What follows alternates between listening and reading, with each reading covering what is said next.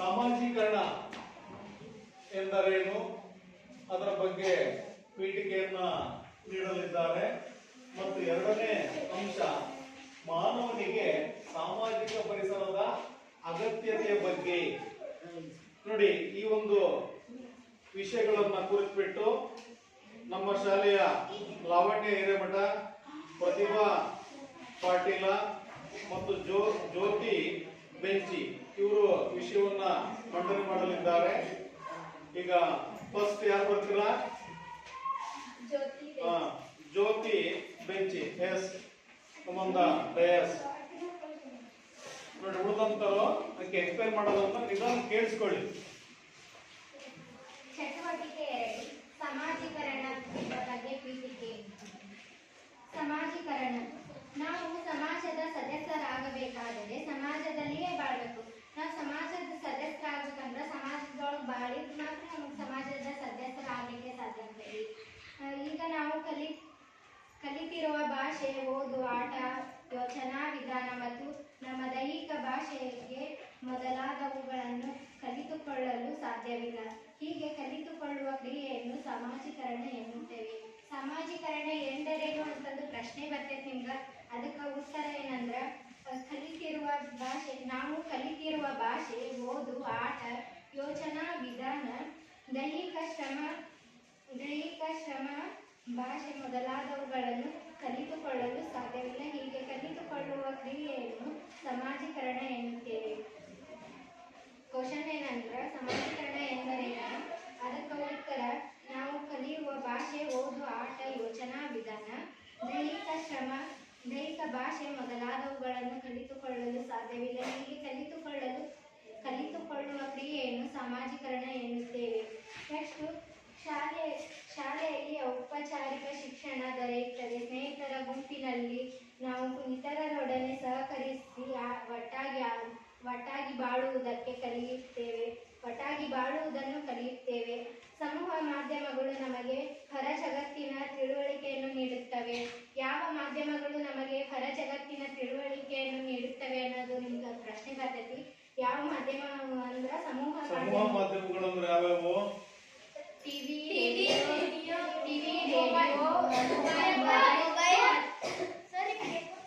ದಿನಪತ್ರಿಕೆ, TV, radio ಮುಂತಾದವುಗಳು ಸಮೂಹ ಮಾಧ್ಯಮಗಳು ಎಂದರೇನು ಅಂತ ಕೇಳಿದ್ರೆ ಉತ್ತರ ಆಗಲಿ. ನಮಗೆ ಅವುಗಳಿಂದ ಏನು ಉಪಯೋಗ ಆಗುತ್ತೆ? ಟಿವಿ ಮತ್ತು ರೇಡಿಯೋ ಮತ್ತು ದಿನಪತ್ರಿಕೆಗಳಿಂದ ನಾವು ಇಲ್ಲಿ ಇದ್ದೀವಿ ಅಂದ್ರೆ ನಮ್ಗೆ ಹೊರ ಜಗತ್ತಿನಿಂದ ಏನಾಗ್ತಿದೆ, ಅಲ್ಲಿ ಬೇರೆ ಬೇರೆ ದೇಶದೊಳಗೆ ಯಾವ್ಯಾವ ರೀತಿ ಐತಿ, ದೇಶ ಹೆಂಗೈತಿ, ಏನಾಗ್ತಾ ಇದೆ, ಅಲ್ಲಿ ವಿಷಯಗಳು ಏನಾದರೂ ತೊಂದರೆ ಆದ್ರೆ ಎಲ್ಲ ನಮ್ಗೆ ರೇಡಿಯೋ ಮೂಲಕ ಅಥವಾ ಟಿವಿ ಮೂಲಕ ಅಥವಾ ಫೋನಿನ ಮೂಲಕ ಇಲ್ಲಂದ್ರೆ ದಿನಪತ್ರಿಕೆಗಳ ಮೂಲಕ ದೊರೆಯುತ್ತದೆ. ಮಾನವನಿಗೆ ಸಾಮಾಜಿಕ ಪರಿಸರ ಅಗತ್ಯ. ಮಾನವನಿಗೆ ಸಾಮಾಜಿಕ ಪರಿಸರ ಏಕೆ ಅಗತ್ಯ ಅಂತ ನಿಮಗೆ ಪ್ರಶ್ನೆ ಬರ್ತೈತಿ. ಅದಕ್ಕೆ ಒಂದು ಉದಾಹರಣೆ ಅಂದ್ರೆ, ಕಮಲ ಎಂಬ ಹುಡುಗಿ 9 ವರ್ಷದವಳು. ಅವಳು ಸಮಾಜದೊಳಗ ಬಾಳ್ತಿರ್ಲಿಲ್ಲ. ಅವಳು ಕಾಡಿನೊಳಗ ಬಾಳ್ತಿದ್ಲು. ಒಂದ್ ದಿವಸ ಅವಳು ಕಾಡಿನೊಳಗೆ ಹೋದಾಗ ಅವಳಿಗೆ ಪ್ರಾಣಿಗಳು ಏನು ಮಾಡಲಿಲ್ಲ, ಅಂದ್ರೆ ತೊಂದರೆ ಮಾಡಲಿಲ್ಲ. ಆಗ ಅವಳು ಕಾಡಿನೊಳಗ ಇರ್ತಿದ್ಲು.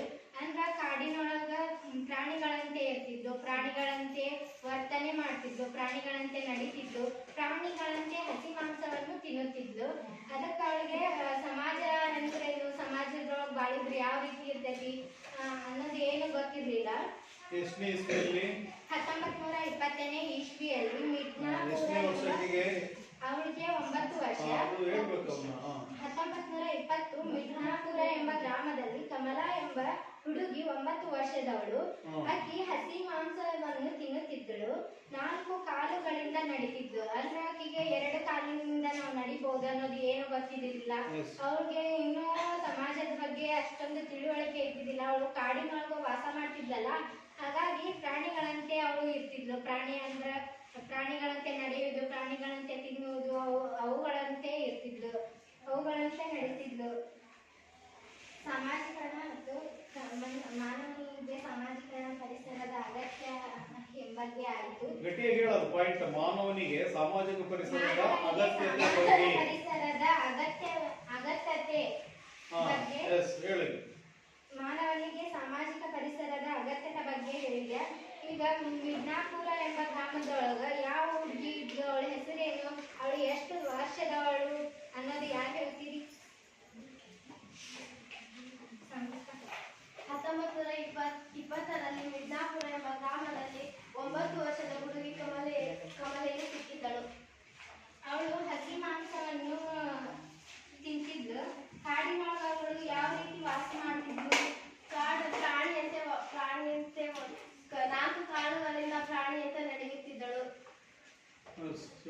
ನೆಕ್ಸ್ಟ್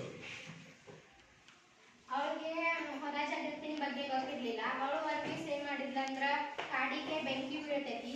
ಬೆಂಕಿ ಹತ್ತದಾಗ ಅವಳಿಗೆ ಹಸಿ ಮಾಂಸ ತಿಂದಿದ್ಲಿ ಯಾವಾಗ್ಲಿದ್ರು. ಅವಳಿಗೆ ಬೇಸರ ಆಗ್ಬಿಡ್ತು. ಬರೇ ನಾನು ಹಸಿ ಮಾಂಸವನ್ನ ತಿನ್ಬೇಕಲ್ಲಪ್ಪ, ಇದು ಬರೇ ನಂಗ ಅದ್ರ ರುಚಿ ಹತ್ಲಿಲ್ಲ ಬಾಯಿಗೆ. ಅವಾಗ ಬೆಂಕಿ ಬಿದ್ದಾಗ ಅವಳು ಮಾಂಸವನ್ನು ತಿನ್ಲಿಕ್ಕೆ ಹೋಗ್ತಿದ್ಲು.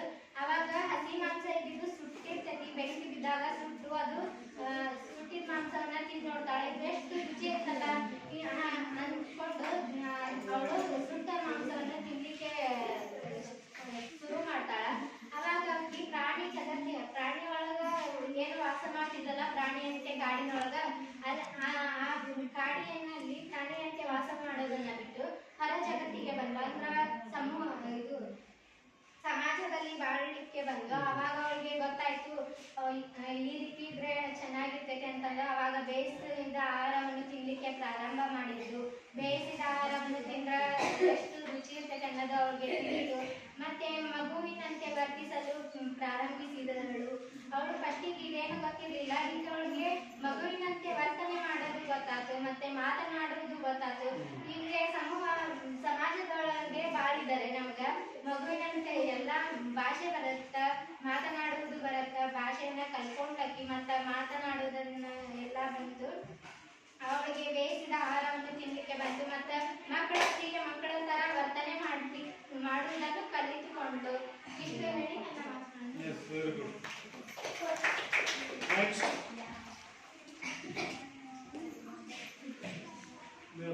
ನೀನು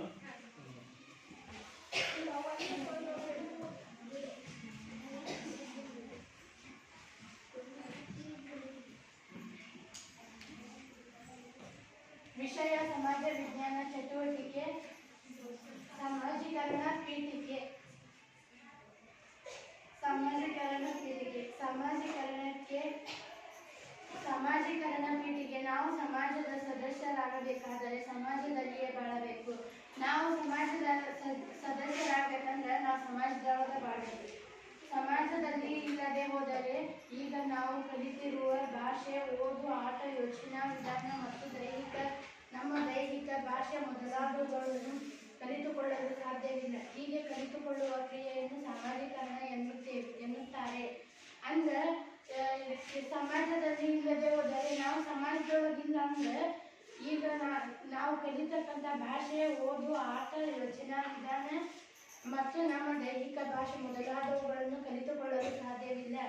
ಅಂದ್ರೆ ಈಗ ನಾವೇನು ಈಗ ಓದ್ತೇವಲ್ಲ, ಈಗ ಓದೋದು ಮತ್ತು ಆಟ ಆಡೋದು, ಭಾಷೆ ಕನ್ನಡ ಮಾತಾಡೋದು, ಈಗ ನಮ್ಗೆ ಇದೇನು ಬರೋದಿಲ್ಲ. ಸಮಾಜೀಕರಣ ಅಂದ್ರೆ ಏನು ಅಂತ ಪ್ರಶ್ನೆ ಬರ್ಬೋದು. ಪ್ರಶ್ನೆಗಳ ಆನ್ಸರು ಇಲ್ಲೇ ಐತಿ. ನಾವು ಕಲಿತಿರುವ ಭಾಷೆ, ಓದು, ಆಟ, ಯೋಚನಾ ವಿಧಾನ, ನಮ್ಮ ದೈಹಿಕ ಭಾಷೆ ಮೊದಲಾದವುಗಳನ್ನು ಕಲಿತುಕೊಳ್ಳಲು ಸಾಧ್ಯವಿಲ್ಲ. ಹೀಗೆ ಕಲಿತುಕೊಳ್ಳುವ ಕ್ರಿಯೆಯನ್ನು ಸಮಾಜೀಕರಣ ಎನ್ನುತ್ತಾರೆ. ಕುಟುಂಬ, ಶಾಲೆ, ಸ್ನೇಹಿತರ ಗುಂಪು, ಸಮೂಹ ಮಾಧ್ಯಮಗಳು ಮೊದಲಾದವುಗಳು ನಮ್ಮ ಸಮಾಜೀಕರಣಕ್ಕೆ ನೆರವಾಗುತ್ತವೆ. ಕುಟುಂಬ, ಶಾಲೆ, ಸ್ನೇಹಿತರ ಗುಂಪು, ಸಮೂಹ ಮಾಧ್ಯಮಗಳು.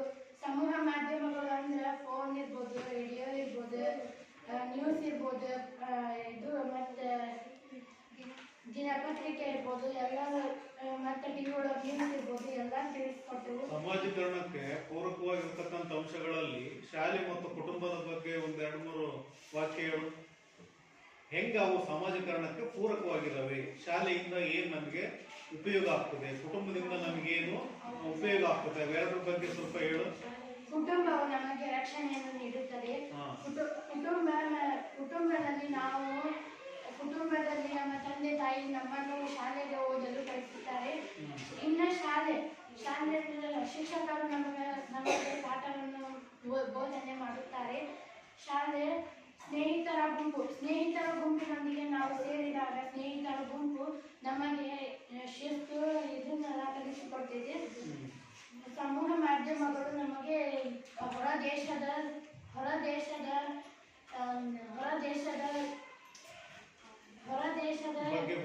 ಬಗ್ಗೆ ಮಾಹಿತಿಯನ್ನು ಕೊಡುತ್ತದೆ. ಕುಟುಂಬವು ನಮಗೆ ಆಹಾರ, ಪಾಲನೆ, ಪೋಷಣೆ, ಶಿಕ್ಷಣ, ರಕ್ಷಣೆ ಮೊದಲಾದವುಗಳನ್ನು ನೀಡುತ್ತದೆ. ಪೋಷಕರು ನಮ್ಮನ್ನು ಮಾನಸಿಕ ಮತ್ತು ದೈಹಿಕವಾಗಿ ಆರೋಗ್ಯಕರವಾಗಿ ಬೆಳೆಯುವಂತೆ ನೋಡಿಕೊಳ್ಳುತ್ತಾರೆ. ನಮ್ಮ ಶಾಲೆಯಲ್ಲಿ ಔಪಚಾರಿಕ ಶಿಕ್ಷಣ ದೊರೆಯುತ್ತದೆ. ಅಂದರೆ ನಮ್ಮ ಶಾಲೆಯೊಳಗ ನಮ್ಗೆ ಶಿಸ್ತು ಮತ್ತೆ ನಾವು ಶಾಲೆಯೊಳಗೆ ಹೇಗಿರ್ಬೇಕು ಅನ್ನೋದನ್ನೆಲ್ಲ ಶಾಲೆ ಕಲಿಸ್ಕೊಡ್ತೈತಿ. ಸ್ನೇಹಿತರ ಗುಂಪಿನಲ್ಲಿ ನಾವು ಇತರರೊಡನೆ ಸಹಕರಿಸಿ ಒಟ್ಟಾಗಿ ಬಾಳುವುದನ್ನು ಕಲಿಸುತ್ತದೆ. ಸ್ನೇಹಿತರ ಗುಂಪು ನಮಗೆ ಇದನ್ನೆಲ್ಲ ಕಲಿಸುತ್ತದೆ. ಸಮೂಹ ಮಾಧ್ಯಮಗಳು ನಮಗೆ ಹೊರ ಜಗತ್ತಿನ ತಿಳುವಳಿಕೆಯನ್ನು ನೀಡುತ್ತದೆ. ಅದಕ್ಕೆ ಹೊಂದಿಕೊಂಡು ಹೋಗಲು ನೆರವಾಗುತ್ತದೆ. ಇದರಿಂದ ಸಮಾಜದಲ್ಲಿ ಮಾನವನು ಯಶಸ್ವಿಯಾಗಿ ಬಾಳಲು ಸಾಧ್ಯವಾಗುತ್ತದೆ. ಎರಡನೇ ಪಾಯಿಂಟ್, ಮಾನವನಿಗೆ ಸಾಮಾಜಿಕ ಪರಿಸರ ಅಗತ್ಯತೆ ಬಗ್ಗೆ. ಮಾನವನಿಗೆ ಸಾಮಾಜಿಕ ಪರಿಸರ ಅಗತ್ಯ. ಇದಕ್ಕೆ ಒಂದು ಉದಾಹರಣೆ ಕೊಡ್ಬೋದು. ಅದೇನಂದ್ರೆ 1920ರಲ್ಲಿ ಮಿಡ್ನಾಪುರ ಎಂಬ ಗ್ರಾಮದಲ್ಲಿ ಕಮಲಾ ಎಂಬ ಹುಡುಗಿ, 9 ವರ್ಷದ ಹುಡುಗಿ, ಅದನ್ನು ಹಸಿ ಮಾಂಸವನ್ನು ಕಾಡಿನಲ್ಲಿ ವಾಸಿಸುತ್ತಿದ್ದಳು. ಆದ್ದರಿಂದ ಅವಳು ಹಸಿ ಮಾಂಸವನ್ನು ತಿನ್ನುತ್ತಿದ್ದಳು. 4 ಪ್ರಾಣಿಗಳಂತೆ 4 ಕಾಲಿನಲ್ಲಿ ನಡೆಯುತ್ತಿದ್ದಳು. ಅದಾದ್ಮೇಲೆ ಆಕಿ ಒಂದಿನ ಕಾಡಿಗೆ ಬೆಂಕಿ ಬಿದ್ದಿದ್ಮೇಲೆ ಹಸಿ ಮಾಂಸವನ್ನ ಬಿಟ್ಟು ಬೇಯಿಸಿದ ಮಾಂಸವನ್ನು ತಿಂದು ರುಚಿ ಬರ್ತದೆ ಅಂತಂದು ಬೇಯಿಸಿದ ಮಾಂಸವನ್ನ ತಿನ್ನಲು ಶುರು ಮಾಡಿದಳು. ಮತ್ತೆ ಸಮಾಜಕ್ಕೆ ಅವಳು ಬಂದ ನಂತರ ಸಮಾಜದಲ್ಲಿ ಮಕ್ಕಳನ್ನು ನೋಡಿ ಮತ್ತೆ ಎರಡು ಕಾಲುಗಳಿಂದ ನಡೆಯಲು ಪ್ರಾರಂಭಿಸಿದಳು.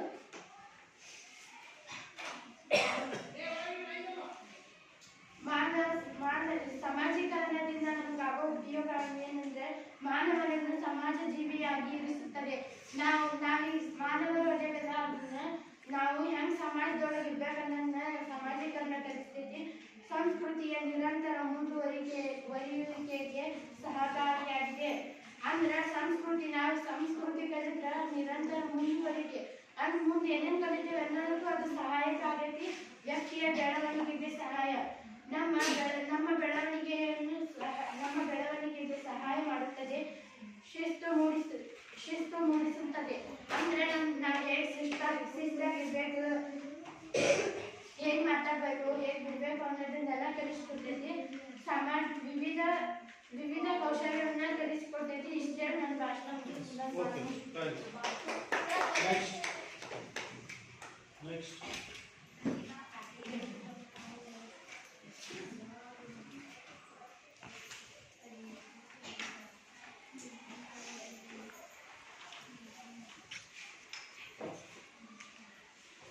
ಫಸ್ಟು ಸಾಮಾಜೀಕರಣದ ಬಗ್ಗೆ ಮಾಹಿತಿ ಕೊಡಬೇಕು. ಅದಾದ ನಂತರ 2ನೇ ಪಾಯಿಂಟಿಗೆ ಹೋಗ್ಬೇಕು.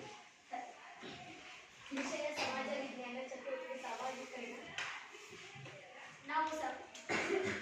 ನಾವು ಸಮಾಜದ ಸದಸ್ಯನಾಗುವುದರಿಂದ ಸಮಾಜದ ಭಾಗ. ಸಮಾಜದಲ್ಲಿ ಇಲ್ಲದೆ ಹೋದರೆ ಈಗ ನಾವು ಕಲಿಯುವ ಭಾಷೆ, ಓದು, ಯೋಚನಾ ವಿಧಾನ ಮತ್ತು ದೈಹಿಕ ಭಾಷೆ ಮೊದಲಾದವುಗಳನ್ನು ಕಲಿತುಕೊಳ್ಳಲು ಸಾಧ್ಯ. ನಾವು ಸಮಾಜದಾಗಿರಲಿಲ್ಲ ಅಂದ್ರೆ ನೀವು ಏನು ಕಲಿಯಕ್ಕೆ ಸಾಧ್ಯ ಇಲ್ಲ. ಹೀಗೆ ಕುಟುಂಬ, ಶಾಲೆ, ಸ್ನೇಹಿತರು, ಸಮೂಹ ಮಾಧ್ಯಮಗಳೊಂದಿಗೆ ಬೆರೆತರೆ ಮೊದಲಾದವುಗಳನ್ನು ನಮ್ಮ ಸಮಾಜೀಕರಣಕ್ಕೆ ನೆರವಾಗುತ್ತದೆ. ಸಮೂಹ ಮಾಧ್ಯಮಗಳಂದ್ರೆ ಟಿವಿ, ರೇಡಿಯೋ, ಮೊಬೈಲ್ ಇರ್ಬೋದು. ಕುಟುಂಬ ನಮಗೆ ಆಹಾರ, ಪಾಲನೆ, ಪೋಷಣೆ ಮತ್ತು ಶಿಕ್ಷಣ ಮತ್ತು ರಕ್ಷಣೆಯನ್ನು ಕೊಡ್ತೈತಿ. ಪೋಷಕರು ನಮಗೆ ಮಾನಸಿಕ ಮತ್ತು ದೈಹಿಕ ಆರೋಗ್ಯ ಬೆಳೆಯುವಂತೆ ಮಾಡುತ್ತಾರೆ. ಶಾಲೆಯಲ್ಲಿ ಔಪಚಾರಿಕ ಶಿಕ್ಷಣ ದೊರೆಯುತ್ತದೆ. ನಮ್ಮ ಶಾಲೆಯೊಳಗೆ ನಮ್ಗೆ ಔಪಚಾರಿಕ ಶಿಕ್ಷಣ ದೊರೆಯುತ್ತದೆ. ಸ್ನೇಹಿತರ ಗುಂಪು, ನಾವು ಇತರರೊಡನೆ ಸಹಕರಿಸಿ ಒಟ್ಟಾಗಿ ಬಾಳೋದನ್ನು ಕಲಿತೇವೆ. ಅಂದ್ರೆ ನಾವು ಸ್ನೇಹಿತರ ಜೋಡಿ ಹೆಂಗೆ ಬೆರಿಬೇಕು ಅನ್ನೋದೆಲ್ಲ ನಮ್ಮ ಸ್ನೇಹಿತರೊಳಗೆ ಗೊತ್ತೈತಿ. ಈಗ ಶಾಲೆಯಿಂದ ಇಲ್ಲಿ ನಾವು ಏನೇನು ಕಲ್ತ್ಕೊಳ್ತೀವಿ? ಈಗ ಔಪಚಾರಿಕ ಶಿಕ್ಷಣ ಅಂದೆ, ನಾವು ಶಾಲೆಯಲ್ಲಿ ಏನೇನು ಕಲ್ತ್ಕೊಳ್ಬಹುದು? ನಾವು ಓದೋದಾಗಿರ್ಬೋದು, ಮತ್ತೆ ಹೊಳ್ಳಿ ಏನೋ ಒಂದು ಚಟುವಟಿಕೆ ಕೊಟ್ಟಿರ್ತಾರೆ ನಮ್ಮ ಶಿಕ್ಷಕರು, ಅವನ್ನೆಲ್ಲ ಕಲಿಬಹುದು. ಮತ್ತು ಹೊರಗಿನೆಲ್ಲ ವಾತಾವರಣ ತಿಳ್ಕೊಬೋದು ಈ ಶಾಲೆಯಿಂದ. ಮತ್ತೇನು ಕಲಿಬಹುದು ಶಾಲೆಯಿಂದ? ಏನಾರ ಪಾಯಿಂಟ್ ಬಿಟ್ಟು ಹೇಳ್ರಿ.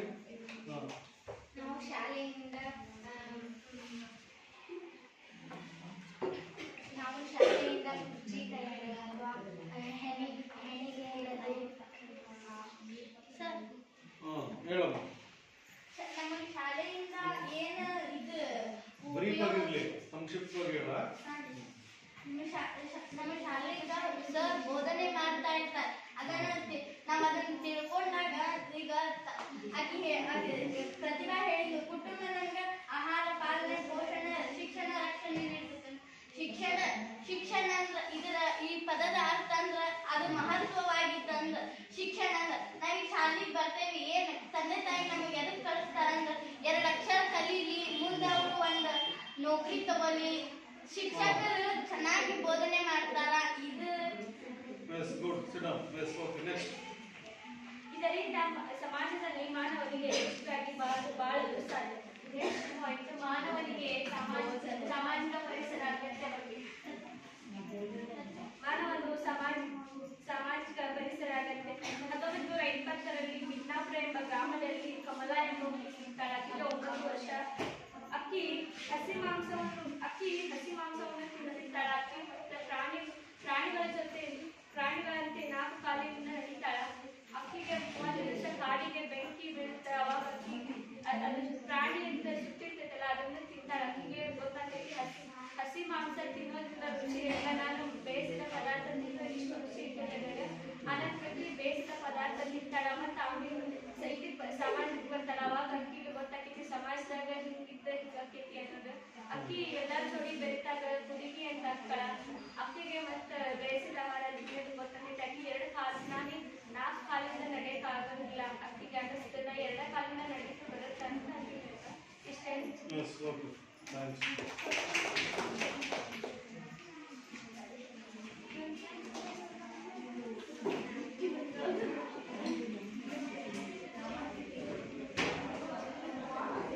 ನೋಡಿ,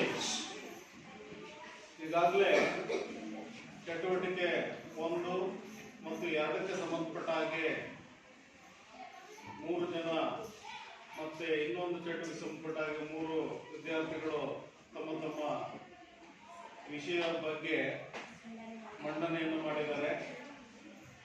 ಇಲ್ಲಿ ಇನ್ನೂ ವಿಶೇಷವಾಗಿ ಇನ್ನೂ ನೀವು ಚೆನ್ನಾಗಿ ನೆಕ್ಸ್ಟ್ ಕಲ್ತ್ಕೊಳ್ತೀರ ಅಂತ ಹೇಳ್ತಾ, ಈ ಒಂದು ಸಂದರ್ಭದಲ್ಲಿ ಈ ಚಟುವಟಿಕೆಯಲ್ಲಿ ಭಾಗಿಯಾದಂತಹ ಎಲ್ಲ ವಿದ್ಯಾರ್ಥಿಗಳಿಗೆ ಧನ್ಯವಾದಗಳನ್ನು ಅರ್ಪಿಸ್ತಾ, ನೀವು ಮುಂದಿನ ಒಂದು